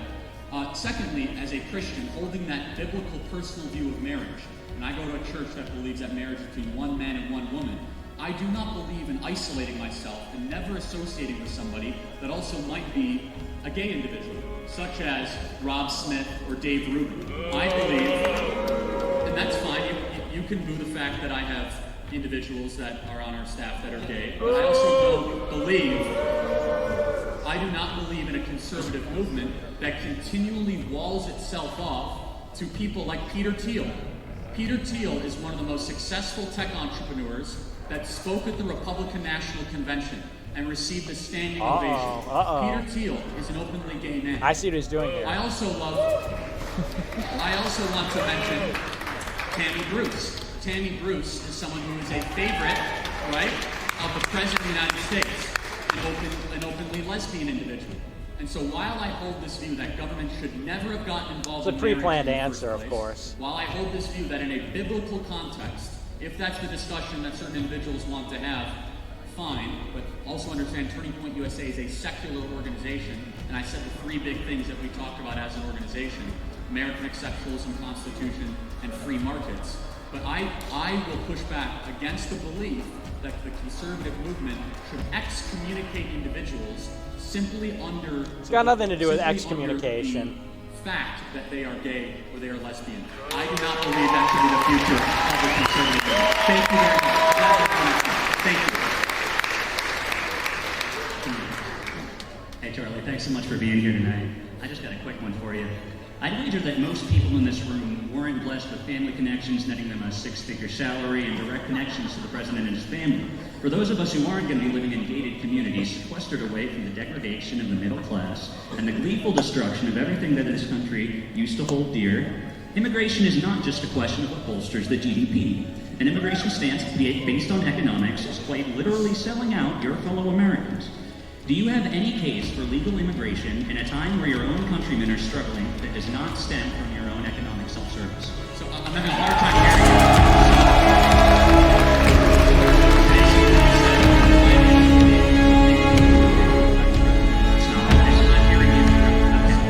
I asked if you have any case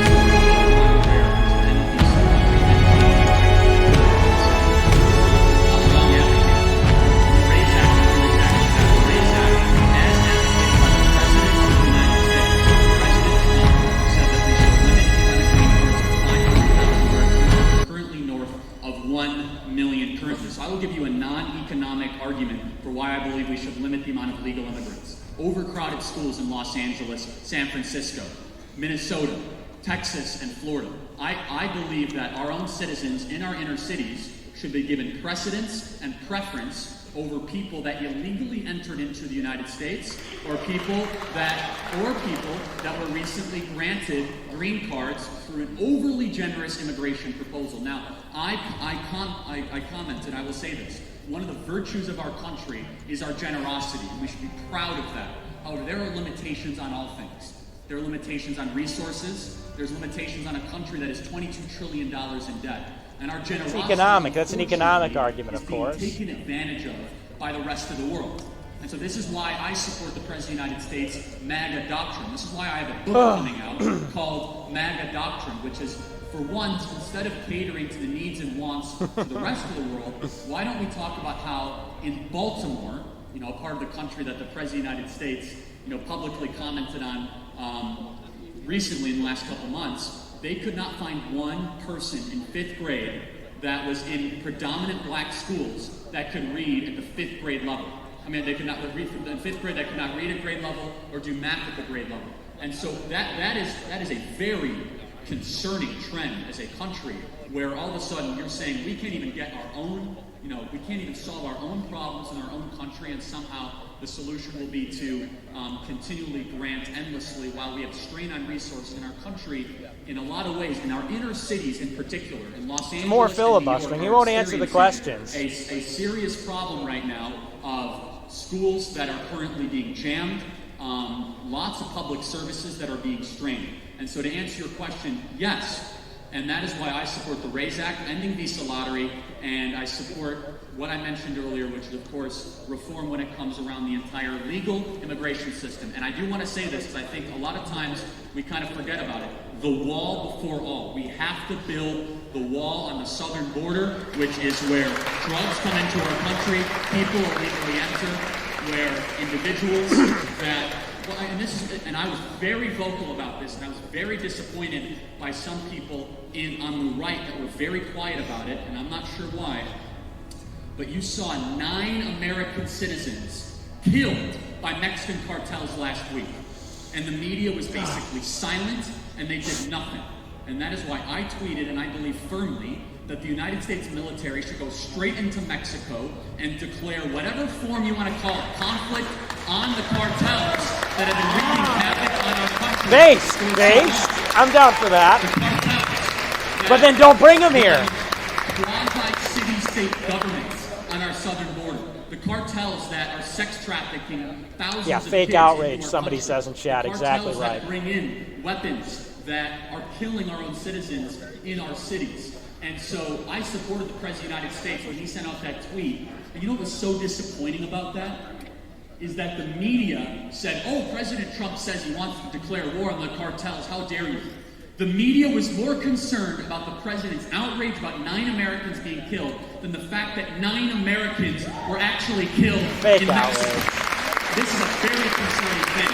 And I would say that, and I want to compliment you.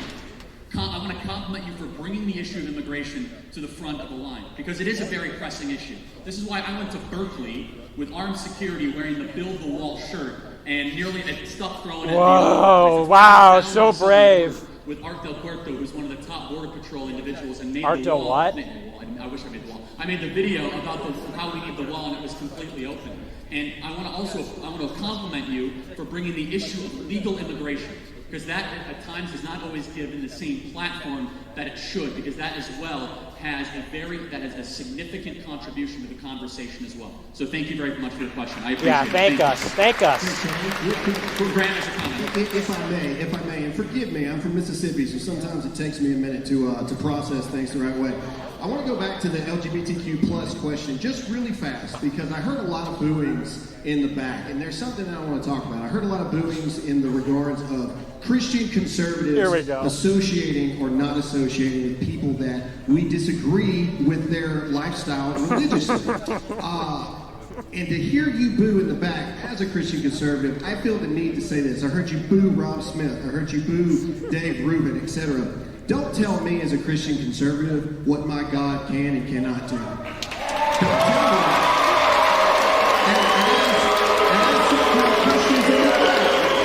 is our responsibility to understand that He has Jesus no didn't idea. have with He just has the no disciples. idea what's going He on. hung out with everybody else. And by standing up there in the Bible saying what God can and cannot do, he was doing the exact opposite of what a Christian is supposed to do. 2 years ago, Kanye West was talking about strippers, and just last week, he got more people to Jesus than most many pastors ever will. And that's where it blew my mind. It is a culture war. We've turned it into a culture war. I don't know if we're going to run time, but we'll keep going until they yank me off stage. Sir, thank you for being here. Charlie, thank you for being here, and your name is Graham, correct? Graham. Thank you for your service. I really appreciate that. I'm not the guy who asked the LGBTQ question, but I'm sure a response would have been like, love the sinner, hate the sin, and don't promote it. Accept them as a person, but don't promote it. But I have my own question. Given that the economic benefits of migrants overwhelmingly go to the migrants themselves, migrants have a negative fiscal impact on the country, costing over $100,000 per immigrant over their lifespan. Low-skilled That's for me. lower wages, which forces women into the workforce and destroys the family unit. High-skilled working migrants prevent hardworking Americans whose degrees were earned at American-funded universities from getting their jobs in their learned fields. This is so good. All of this, backed up by leading immigration economists like George Borjas and others, is the reason why you continue to push mass migration just because your donors like paying lower wages to foreigners at the detriment of middle-class Americans who voted for Trump. Again, So good. It's just, it's not even fair at this point. Mass immigration. I say the last part slowly so I can. Sure. Is the reason you continue to push mass migration just because your donors like paying lower wages to foreigners at the detriment of middle-class Americans who voted for Trump? All right. So something about it's the reason I allegedly support something I don't support because of what? Okay, got it. Okay. No, we so didn't. let me just be very clear. I get attacked by certain individuals in the center right for being too hawkish on immigration. Oh no, it's center right, center right. I went up to and some of you guys were there, at a booth that I was individuals had. It was this center that was funded by a lot of different groups. And I went up and I said, I support the RAISE Act, I support ending the visa lottery, ending chain migration. I said, oh, you are on the fringe of the immigration debate, that we should not even have that conversation. So I don't support mass immigration, I support the RAISE Act, which Senator David Perdue from Georgia and Senator Tom Cotton from Arkansas have championed, and the President of the United States have championed in specific and in particular. And so, again, I want to compliment you and thank you for bringing this issue to the front of the line, fourth or fifth person to do that. So there's obviously, it's a very important Sorry for the issue. shaking I'm not cam. discounting that. It's okay. But I want to just reiterate my position that I believe in sponsoring the RAISE Act. You know how many senators support the RAISE Act? 2.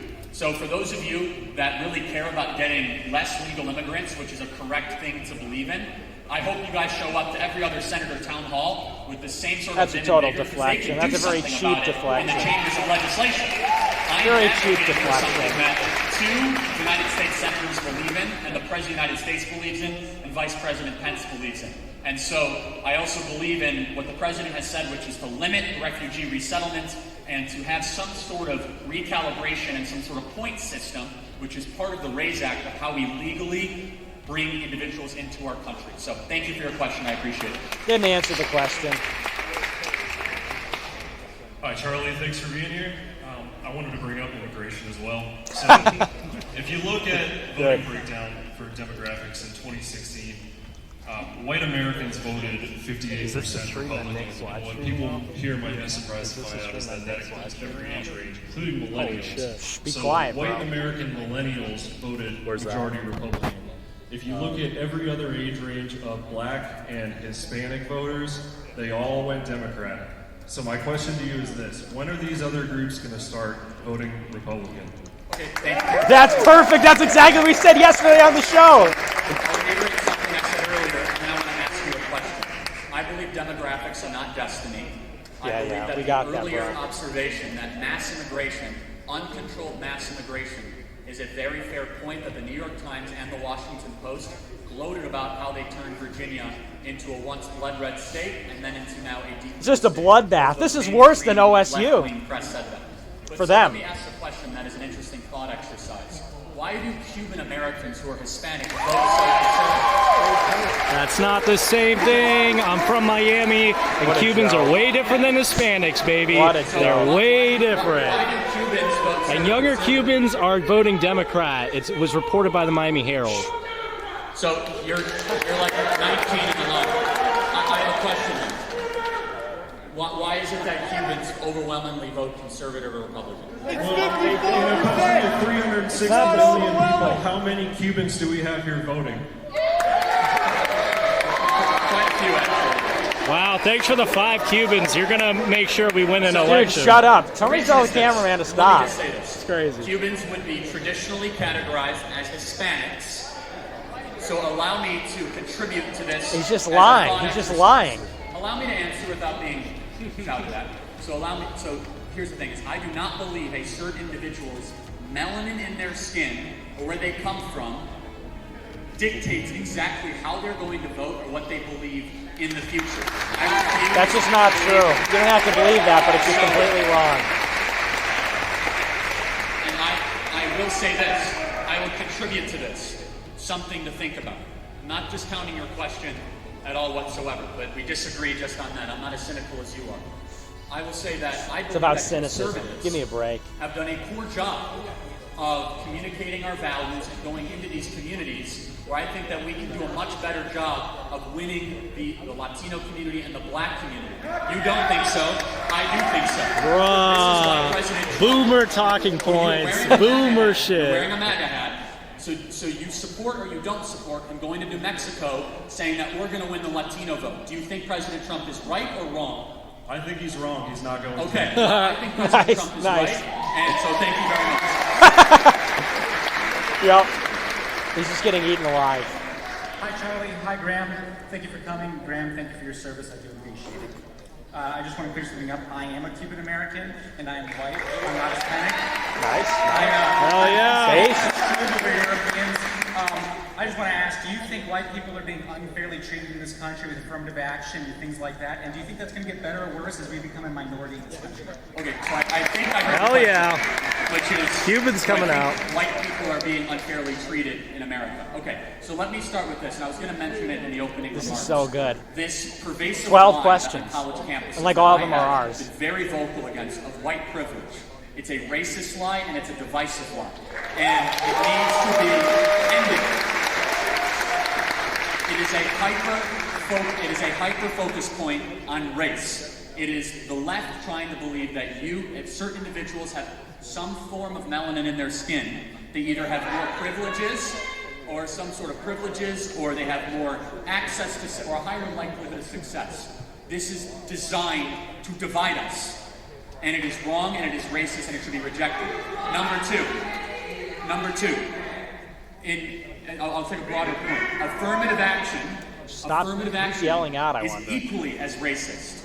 Affirmative action is racist against Asian Americans, and it's racist against white people, it's racist all across the board.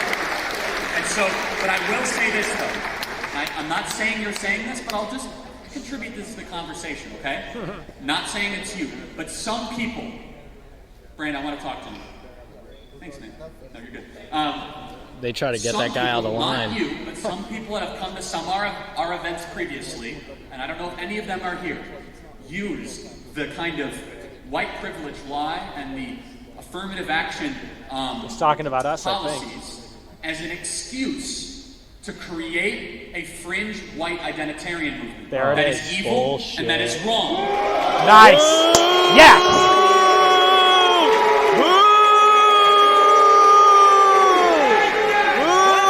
It is evil and it is wrong to create a white identitarian movement. Awesome. Why do you have black leadership Whites summits? Of which to believe that we are going to solve What a the division hypocrite. in our country, where the saying of our country is under the Latin phrase "e pluribus unum." Oh, give me a break. By creating That's some not sort what that of means. nationalist group is evil and incorrect. While I admit That's not what e pluribus unum means. It means out of many colonies. They're kicking this guy out of the room. affirmative action, so on and so forth. And I'm not saying you believe. Are they kicking you out? Why are they kicking you out? Because I yelled when everybody else in the room yelled. I got loud when the whole auditorium got loud, and then when everything quieted down. Hey, Charlie. Let's refocus. So, the name Turning Point for me is kind of hopeful, because my family and I have watched for decades as Republicans have made continued concessions without any gains. Over time, they only lose and they never make any steps forward. For example, Republicans today have all but abandoned the traditional American values that defined the party years ago. Along the same lines, decades ago, Republicans promised that open immigration policy would not cause demographic shift. They were lying, as it is evident today that open immigration policy does cause demographic shifts. The only thing Republicans seem to stand by is an unwavering devotion to Israel. I mean, it's true, but can I get an optics check on that? Which is shrouded in some mysticism that peons such as myself can't seem to understand. Right? My question for you is, how would you propose we reverse the trend of concessions by the Republican Party? Okay, so first, thank you for being here. Can I ask you a question? Are you a supporter of President Trump? I'm a supporter of some of his policies. Okay, fair enough, that's fine. So, this guy's how do you get the Republican Party to hold their promises? I love civic action. I love the fact you guys are here. The booing, whatever, that's fine. You guys have a right to do that. I love the fact you guys patiently wait in line. I hope you guys go to the next town hall for your 2 U.S. senators and your congressmen and have that same kind of energy, this is a total and that same kind of vim and vigor. Because they're the ones he just doesn't want to be accountable. He just wants to say, I'm not a congressman, so go boo your congressman. I'll continue doing damage by manipulating young minds. You can say, I agree, I disagree, we've had some of that. So, cringe that question, but the answer's I'll get to both. the Israel thing in a second. I think that's... Okay, we'll get to that in a second. I agree generally that we've been betrayed. We've been betrayed. We were promised a wall. We have no wall. The president has done everything he possibly can to get it by declaring an emergency declaration. We've been betrayed by borrowing $1 trillion this year by a Republican Senate and formerly Republican Congress. The president has done whatever he can to try to balance the budget. We've been betrayed time and time again. So if that is your question, then absolutely. But I'll tell you, and I'm going to appreciate you being here and say that it's a good thing that you guys, came here and that you wait in line. And boy, if a congressman had to answer these questions, that would be a Stream. good thing. The TPUSA guys came up to us and said that they're shutting down the rest of the questions, and that's the last question. Nice! Then we win. So when I say Decisive victory. The Constitution is the greatest political document ever written, part of the Constitution is citizen government. Citizen uprising, when you say this is wrong, like there's something going in the wrong direction that we have to stop. And we can agree on some of the root causes, and we'll disagree on others, and we've kind of talked about some of those today, and that's a good thing. And about to the Israel thing, I'm not really sure what the question was, but I mean, you said you don't support the president's view of Israel, I would imagine. No. Okay. Got it. That's all I really need to know. So. I would ask, why do you think the only policy that Republicans have stood by is a devotion and allegiance to Israel? Well, so let me ask you a question. If that was true, why did George W. Bush move the embassy to Jerusalem? If that was true, why did H.W. Bush move the embassy to Jerusalem? If that was true, why did George W. Bush recognize the Golan Heights? If that was true, why did George W. Bush, why did he do nothing when the Israeli government... We fought the Iraq War. Was that not enough? If what you're saying is true, why is President Trump, who had no official fundraising apparatus, basically leading up to the election and was a billionaire from New York and sees things as they are and defies conventional wisdom, why is he the most pro-Israel president in American history? What's your theory behind that? I want to hear your theory why you think he's so pro-Israel. Why do you think Trump is pro-Israel? This guy sucks. Because the vast majority of large money donors are Jewish. Wow. Okay, so you think Trump, so what you're saying is Trump is a sellout, is what you're saying. All Republicans are sellouts in terms of Israel. Okay, so you think President Trump is a sellout. I think this guy's ruining it for us. I think he did the right thing to recognize Israel. Wow, congratulations, fucking idiots. What an idiot. Yeah, that guy was a plant, obviously. This will be the last question. No pressure. Thank you guys for being here. Charlie, Way to snatch defeat from the jaws of victory. We still won, but that was so unnecessary. He's claimed to be a supporter of free speech and the marketplace of ideas. Okay, here we go. Go out here and debate socialists and be calm with them even when they're screaming in your face and destroying your property. But what I wanted to ask you about is your recent firing of Ashley St. Clair. Saved by the femoid. She was one of your ambassadors, and she was fired simply because she took a photo with the host of America First, Nick Fuentes. That's me! She's a very vocal critic. Can I ask you a question? Can I finish the question first? Yeah, fine. He was a very vocal critic of your organization, and I wanted to ask you, don't you think this is kind of contradictory to free speech? Don't you think this sends a message to all the other members of Turning Point that if they engage with critics or, the wrong ideas, that they'll get the same treatment that Ashley did? So if I was Great against question. free speech, why did I just give you the microphone? I just said that you're If I allowing was against free speech, I just took questions all night. Let me answer the question. So that incident was handled internally. I mentioned that at a previous. What a joke culture this war, guy is. What an absolute clown. Stop. And not in a there's good really way. Not much else that I can contribute to that. Ashley St. Clair's a great person. I have nothing negative to contribute, except that we didn't fire her. She never worked for us.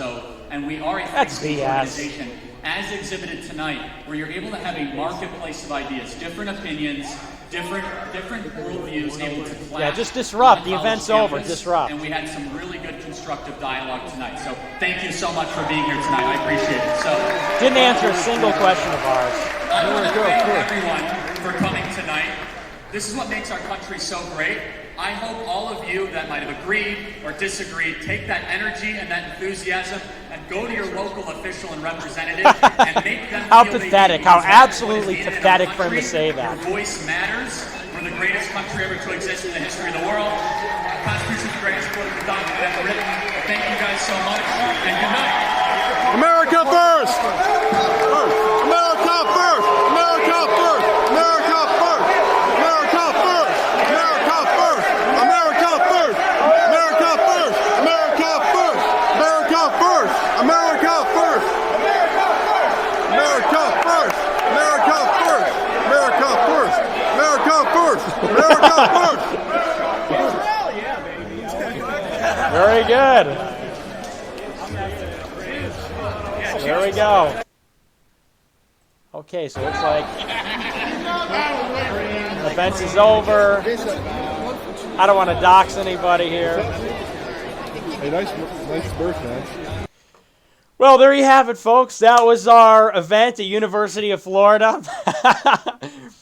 Couldn't have gone better, I don't think. There was one question, obviously, towards the end that kind of cooled the vibe a little bit, but the femoid. But hey, saved by the femoid with the great question about Ashley St. Clair.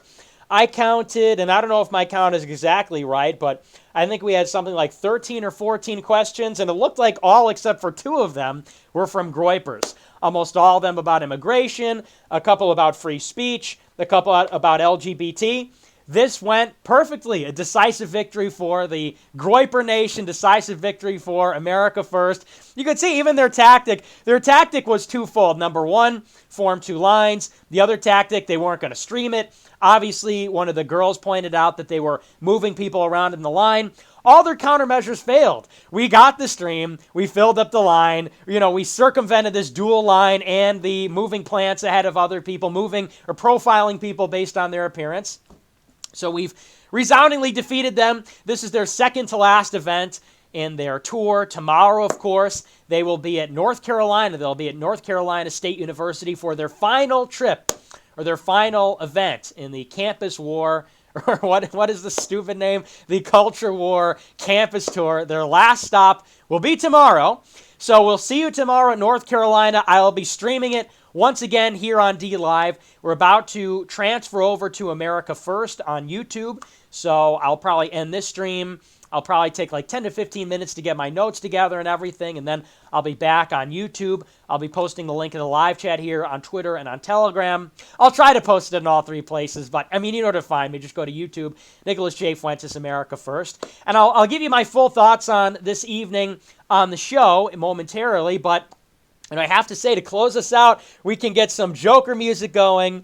We get some Joker music going and do a little celebration. You know, like I said, honestly, I think this is one of the better events we've had yet. Because understand, we had, what was it? We had OSU 2 weeks ago. We obviously had the Dan Crenshaw events last week.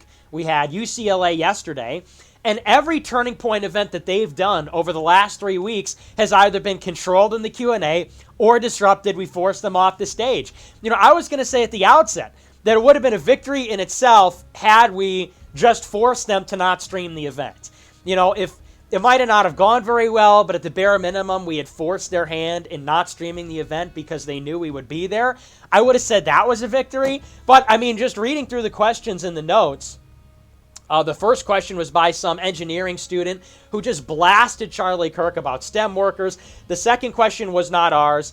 The third question, I only wrote down epic. For the third question, I only wrote down epic, so I don't have... I think that was the one where I was named, and it was the Jewish guy. I think that's what epic signifies. The fourth question was another stalling one about social media. And I think everyone after that was ours. A girl called out the line manipulation, asked about censoring America First. The sixth question was the ideological consequences of mass immigration. Seventh question was about free speech. Eighth was about LGBT. Ninth was about GDP, immigration. The 10th question was about the economic impact of immigration, called out as donors. 11th was about demographics and when are they going to start voting Republican. 12th was about affirmative action. The 13th was the Israel cringe. And the last one was Ashley St. Clair. So it was a veritable barrage, wave after wave, groiper after groiper, being sent in, reinforcements, 2 lines, 1 line. How about I'm doing none of them? It was incredible to see. And with one exception, every single question was exactly on point, exactly what we said it should be. I think we have safely dispensed with some of the Israel fixation. If we had 1 or 2 Israel questions, I think that would have been fine in here. There was one, it was just poorly executed. But, I mean, we followed exactly the game plan on this one, and that means it was a big victory. So I think Charlie Kirk is flustered. I think Don Jr. is listening. I think the conservative establishment is listening. The press is listening. I know they're watching this. They watch the stream tonight, and they're listening to us. They're listening to America First. And moreover, the optics on the questions couldn't have been better, not only because we had a mix of women, and obviously we had a Cuban and a Jewish person, so that optical part was great, but also virtually all the questioners reiterated their support for Donald Trump, said they were Christians. They called out the smear campaign. They called out leftist tactics. You know, so I think we really, in a like miraculous fashion, we hit every note that we needed to hit. We hit the note in terms of substance, in terms of the questions themselves and the policies we were asking about. We hit the note in terms of getting, I think, a multi-dimensional attack, you know, that it was focused on issues like immigration, and there was also some variation with affirmative action and LGBT. We hit the note on the optics of supporting the president, calling out the tactics. I don't think an event like this could have gone better. You know, the audience throughout the monologue was respectful, but also heckled when Charlie Kirk is being hypocritical or not conservative. I think we're victorious from this one, and we will move along tomorrow. Tomorrow's our last Turning Point event before SAS. Hopefully we can end on a high note, end on a strong note. We'll have to do some strategizing about how we're going to finish it off tomorrow, how we're going to finish the job, but I would say this is a job well done. Another decisive Groiper victory. We've got people in their chat saying, congratulations, good job in the background. It's another decisive Groiper victory. I think we will say at the end of this that we have won the Groiper War, and this is just the beginning of 2020. We've got our Joker soundtrack playing in the background. I will have that play us out. But like I said, remember, don't forget that we are on America First on YouTube momentarily. I will post the link in the chat. I'll post it on Twitter and Telegram. But thanks for watching. Thanks for the Lino. Hope you enjoyed the stream. Hope you're excited and white-pilled as I am. We'll see you in 10 minutes.